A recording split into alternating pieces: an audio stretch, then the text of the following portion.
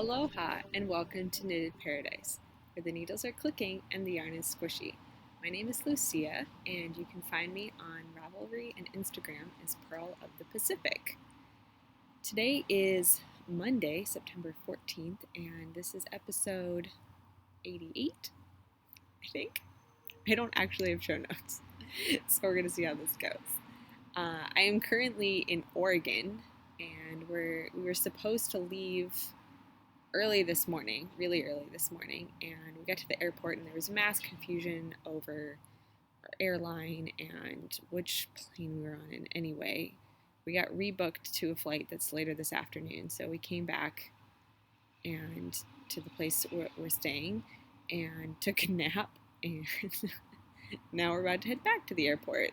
But I have a few minutes, so I thought I'd stop and chat with you. I'm sitting on a swing, a little bench swing right outside of the cottage that we're staying at, which is right here. And so I'm sorry if it's a little wobbly, but I'm trying to hold it. And the swing is kind of moving. So we'll see how this goes. I don't have actually any of my knitting to show you at the moment, but I wanted to kind of tell you some of the funny stories from the weekend. So we came here for my cousin's wedding, and the wedding was absolutely lovely. It was held at a campsite right beside a lake, and it was a very small wedding, and it was very much them, and that was really perfect. So I got to meet my cousin's new wife, and she is absolutely lovely. I love her. And we got to spend a lot of time with the family, which was really nice. And yeah, the weather actually has been very interesting because you'll notice right now I'm wearing a sweater, but it was very, very hot. So it gets very hot during the day, like in the middle of the afternoon, but at night the temperature drops dramatically. And so in the morning it's very cool, and at night it's pretty cool. But in the afternoon, early evening, it's quite warm. So they were a little concerned about having the wedding outside, but it worked out well because we were in the shade and it wasn't too bad. So it is a lot drier here than it has been in Chicago. So it seems to be pretty good. Sorry, I'm right by a street. So there are cars going by and other noises. Anyway, so another funny story that's actually knitting related is I was sitting at the airport when we got here waiting for my brother because he came in a little bit after we did. And I was sitting there knitting, as I do, and a lady walks up to me and is like, "Oh, you're a knitter. I'm a knitter too." And so we were talking about our knitting, and she was sharing what she was knitting, which was a wrap cowl inspired by something from Outlander, and it was gorgeous. And she was saying that she has a farm here with sheep and horses and some goats, and she would love for us to come visit. So yesterday morning, we went and visited her farm. And it was beautiful. We're kind of out in mountain land here, which has been really fun for us because we live in Chicago, which is flat. And so there's actually a huge mountain range, everywhere. We think they're big mountains. Oops, sorry, it's getting a little wobbly. I should not move too much. And she grows hay, and I'm part of it, and then the other part she has, I think she said, was it 17 horses and 21 goats? I feel like that's right. Something like that. Anyway, she was absolutely lovely, and we met all her horses, or not all of her horses, but a lot of her horses. I grew up riding horses, so I was very excited to ride horses. And she has some Gotland ponies. One came from Sweden, actually the island of Gotland. And the other one came here, but they are both Gotland ponies. And she also has some Gotland sheep. But her two ponies drive a carriage. So we went on a little carriage ride, which I have a little video of, so I'll insert that somewhere. And they were so cute and so lovely. And she had cats and dogs, and it was fantastic. And she also dyes and spins her wool from her sheep, and so I was able to pick some up from her because I really wanted. There was a yarn shop that I found in downtown Ashland, which was which is where we're staying basically. But they don't. I learned from the lady who we visited that they don't carry any local yarn, which I thought was really odd because a lot of people have farms here and they probably have local yarn. And I went through the shop and it's a beautiful shop, but I really wanted something local and we didn't have time to really investigate. So I was able to pick up some yarn from my new friend. So I got this lovely skein from one of her sheep that she spun. And this is a, what is it, Corriedale? Is this the Corriedale? Hold on, I have to look. Sorry, this is the Romney. So this is Monk, and it says Monk and Friends. So this might be Monk and some of his friends here who, and there's a little story here, which I thought was really sweet. So there's a story about Monk and the other sheep that live with Monk. So, and then I got this to go with it. This is the Corriedale, and the Corriedale's name is Precious. So I got some Precious, and the colorway was Deep Water, and it's a 100% Corriedale, and that's it. So I'm going to put these two together into something, and I don't know what, but we're going to see what it is.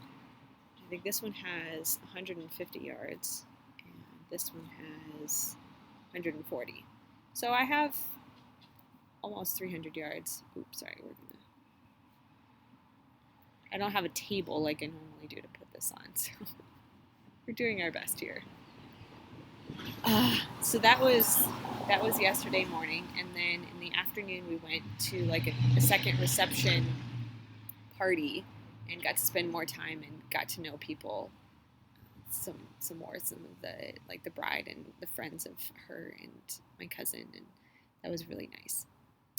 And so today we are heading home at some point and hoping that our journey is uneventful from here on out.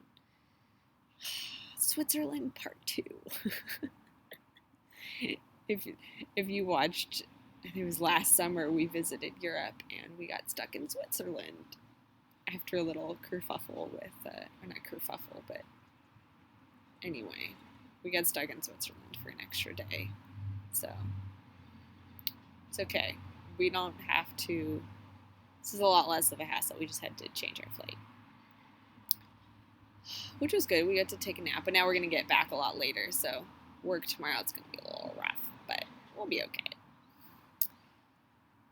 Anyway, in terms of knitting, I finished my white sandy beach socks. I have been working on my Batgirl socks that I brought with me. And I think I'm about to turn the heel on those. And I brought my shawl design that I'm working on. So I worked on that on the longer flight over, and I'll work on that on the flight back. So hopefully I will have something. It's turning out, I ripped it out and started over, and it's turning out a lot better the second time over. So we'll see. It's not, in my head it was a lot easier than it actually is, so we'll see. But what else? This is going to be really short. I'll show you some more when I get home. The other thing, my ear. Thank you so much for people who were giving me suggestions on clearing out my ear. I was able to clear it up before I had to get on the plane, which was really great. It still was a little painful on the way down. The way up, it's fine. It's on the way down. But I took some, I have like a squeegee ball with, it's not really a syringe. If you get an ear cleaning kit, it comes with this. And I used warm water and just flushed it out. And because I had already used a whole bunch of earwax softener, so the wax was pretty soft, soft. And so I was able to wash it out pretty easily. And yay, I can hear again out of both ears. It took me a little while to adjust because at the point when I washed it out, it had been like 5 or 6 days since it had been plugged, so I just kind of got used to it.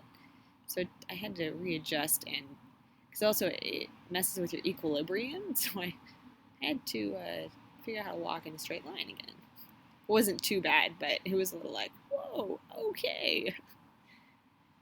But we figured it out, or I figured it out, and everything's good now. And what other funny stories do we have to tell? Oh, so the other funny story about flights, on the way over, we checked in just fine, got on the plane just fine, and got to our seats just fine, and then, well, I guess not just fine, but we had a plane change and a gate change, and the second plane was different than the first plane, so they had to reassign some seats because some of the rows that were on the first plane weren't on the second plane, so they had to readjust. And so I sat in my seat, like, no one told me I couldn't sit there.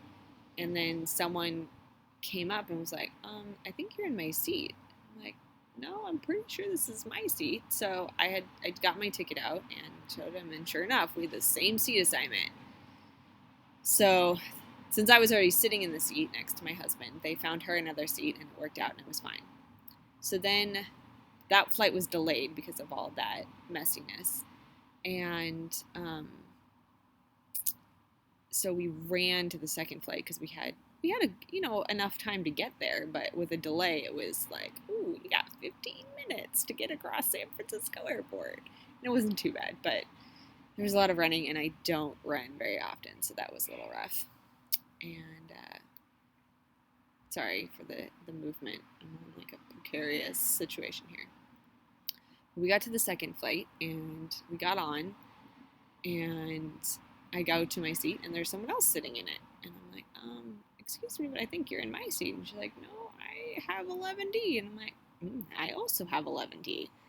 So this is the second time today now that my seat is assigned to someone else. And so luckily there was another seat on the plane. So I just stood it was near the back, so I just kind of stood there and waited. And I thought, well, if no one comes, I'll just take that seat. It's, whatever.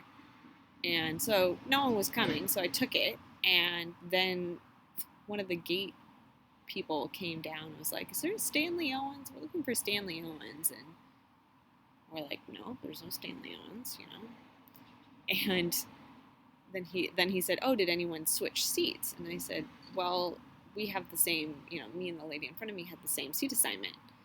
He's like, oh, okay, because I guess they had counted the number of people on the plane, and because we had the same seat assignment, they were confused because there was one more person than they had checked in.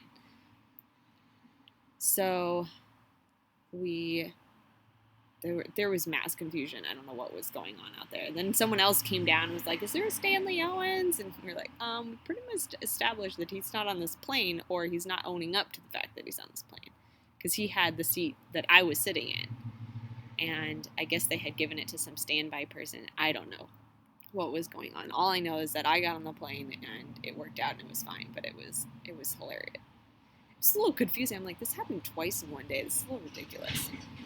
So what I didn't realize was that somewhere along the line they had marked me as a no-show because I had never really had a seat assignment, apparently. And so on the way back, when we were rebooking our flight, we rebooked it and, went through all the craziness you have to do that. And then we went to get our boarding passes just to make sure that everything was squared away and that we were good. And only my husband's name came up. I was like, that's a problem because we're on the same reservation. So we had to call them back. And then they had an argument with him that I wasn't there, that I never got on the plane. And he's like, she's standing right next to me. She's here. And she needs a flight back too. So luckily there was a seat on the same flight, and I called them back, and I don't know, we got cut off at some point. So I called them back and I said, look, I'm here in Oregon and I need a flight back. And you've already rebooked my husband and I need to be on the same flight. And luckily there was a seat on those flights, but they were a little confused. They're like, do you have another reservation number? Because you're marked as a no-show. I'm like, no, there's one reservation number, and we're both on it, and we're both here, and we both need to go home. So they're after mass confusion over flights, and apparently they didn't think I was here, which I thought I'm like, that's kind of weird that I could fly from Chicago to Oregon, and the airline had no record of that whatsoever. So that was a little interesting, but I made it. here, and I'm going to make it home, and hopefully I'll be able to show you some more knitting when I get home. But I thought I'd record this in this nice setting here, and hopefully the cars weren't too loud. And yeah, I wanted to show you, I'm going to move the camera a little bit more than I have been moving, that the street sign right behind me is called Woolen Way, which I thought was really fun. So we're going to go on a little trip. If you get seasick, skip ahead a few seconds. Dun, dun, dun. If I can get off this bench. Getting off swings is always so tricky. So up here is the street sign. It says Woolen Way. And there's an apple tree, so I was sitting under an apple tree. And there are deer that come down and eat the apples. So we got to see a few deer. So there, now you can see it. So I hope you all have a good week and that this wasn't too shaky for you. And I will see you soon. Bye.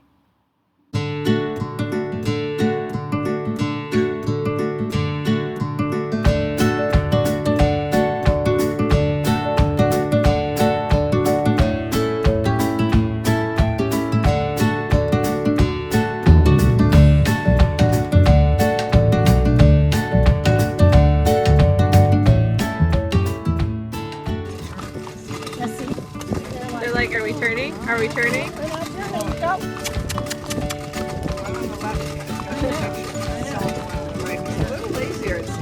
Actually, yeah, she was, when I paired her with another pony, she was the workhorse. He let her do all the work. She just pulled this whole carrot tractor by herself. Then we paired her with this mare, and this mare makes her look lazy, and she's not lazy.